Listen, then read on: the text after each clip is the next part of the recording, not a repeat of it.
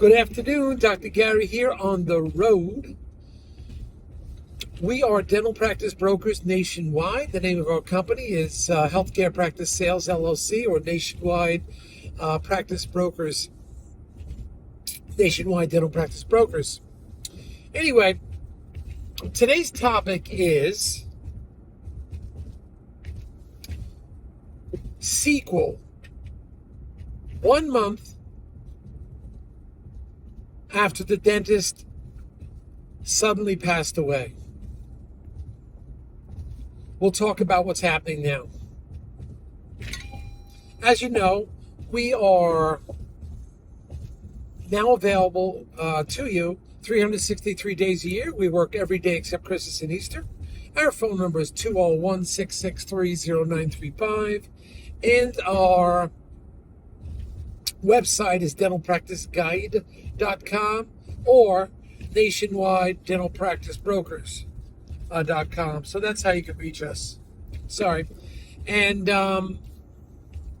it's 8 a.m. East Coast time till 9:30 p.m. You can reach us. We answer the phone essentially every day. Every day except Christmas and Easter. Call us. Now, the information you're about to hear is for entertainment purposes only. It is not legal or business advice. We have a great team of 10 employees, including 2 CPA accountants, marketing director, operations director, and 5 development acquisition team. So we have a great team working around the clock for you. Call us. We always give free advice. And if you want ideas about appraisals, we can help you with an appraisal also. Now, if you are thinking about selling to a large DSO or one of those corporate dentistry things, we can help you. They will often pay our commission, so there's no commission to you. Plus, on top of that, if you work with us, often we can get your legal fees reimbursed upon successful closing, depending on certain criteria. But we can help you out there with that. So you won't have commission, you won't have legal fees. So please give us a call. Legal fees, again, will be reimbursed at successful closing. So getting on today's, we've been doing this now for 13 years as dental practice brokers, and I was a dentist for 25. And we enjoy what we're doing. We're passionate about what we're doing, get involved in every single deal. Okay? And we're there for the middleman to make sure the deal goes forward for you. So, about a month ago, that dentist passed away suddenly. They didn't call us till about 2 or 3 weeks after. Now it's a month, because they called us in 2 weeks. And we said, well, who's the attorney? What's going on with the staff? What are we going to do here? Now it's 1 month post, sadly, the doctor passed on. The doctor's health had been compromised, but he didn't want to proactively sell. And he was older, so he didn't listen to us. So now we're 1 month beyond that. This is real-time things. By the way, what we tell you, these are all true stories. We don't just make them up. And I don't have time to go to some studio to do a recording. This just happened hours ago, is the sequel of what happened. And I'm trying to give you information from the street. I feel like we're the cop on the beat. We're the news reporter at the front lines. So this is what happened. So they called us and said, oh, we got to do something. We told them, well, we told you 2 weeks ago we have to get the attorney set up. You try to maintain the staff, keep the phone number active. What are you going to do when the patients call? You had to have a whole game plan. And they said, well, we'll get back to you. So 2 more weeks has passed. It's about 4 weeks, 5 weeks now has passed.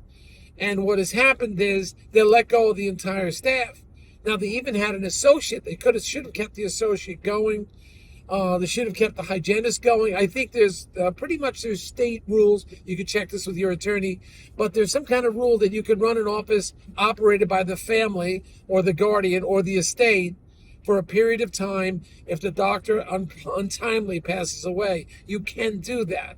They should have kept the hygiene going, should have kept get an emergency dentist in there part-time. That's what should have been done. Very state by state, I know that, but a lot of the states, boards have some kind of ruling that you're allowed to run that practice. You'll check it with your local state board, you'll check it with your attorney. But here we are, we're 5-6 weeks beyond when the doctor sadly passed away. His practice was doing almost $1 million. And what's happening now, obviously, it's heading downhill. So we asked, well, what are you doing with the patients that are calling? And they said, oh, we're just sending them elsewhere. There's only one employee left. This is like, you should have planned better. That is, there should have been some contingency plans. The doctor should have, he should have sold his practice a long time ago. Or secondly, if he knew his health was compromised, should have began thinking, well, if you're not going to sell it, if something happens, we should be prepared at least to do the record sale. At minimum, sell the records.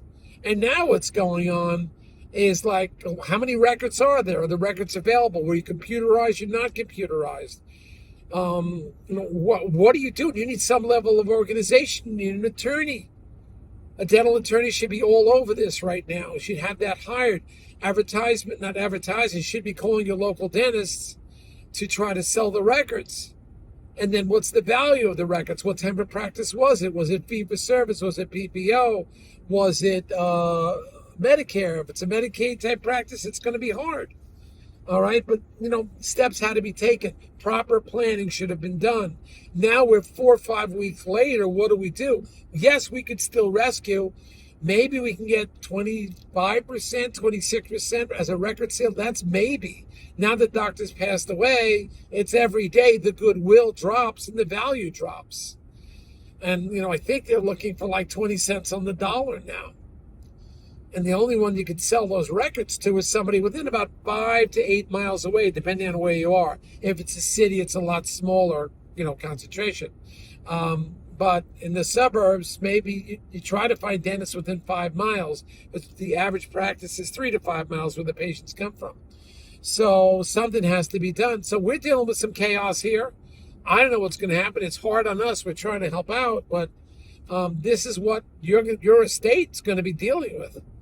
And the amount of money that's lost, forget it. We're talking about hundreds of thousands of dollars that have been lost in valuation because we all waited too long. I don't know why. We tried to tell the doctor your health is compromised. This is something you should be selling now. And he had a very positive attitude, but, what are you going to do? You're much older and you have a serious health problem. Get the thing sold. He was stubborn and just wouldn't let it happen. So here's where we are, and we're dealing with this right now. I don't know what's going to happen, but this is what it's like, and this is what it's going to be like for your families if something happens. I'm not trying to do some scare tactic. I'm just telling you what I'm in the middle of right now, and I'm trying to do the best I can with myself and my team to manage this. There's so many questions that were asked. There's so many things to be answered, and hopefully we can get it from the one staff member. But all the staff are gone except for one now. Hygiene's gone, assistant's gone. They let everybody go. And you know how hard it is getting that? And maybe it's just a record sale, but still, the new doctor's office may not have the staff to absorb it, and it's hard to get staff, so possibly they wanted the staff. So what are you going to try to do? Grab those staff and pull them back in? They probably have jobs already.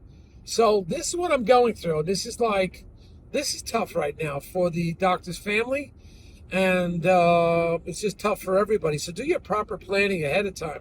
Yeah, I guess sometimes you've got to get out before you're ready to get out. Sometimes you've got to take the best you can get, sell that practice, and not hold out anymore. At least you're preserving the capital, because now we're talking hundreds of thousands of dollars are gone, and you're putting that stress on your family. And I'm just telling you the way it is. It's not a scare tactic. Believe me, I'm busy enough. I prefer not to deal with this right now, but I'm doing the best I can. It's just hard. All right? This is what it's like. This is real life. All right, keep your eyes open and everything. We're going to be, I have a new newsletter, a new email blast that just went out. I think we have 11 new practices around the country that just went out. So we're here to help you. Thanks, bye.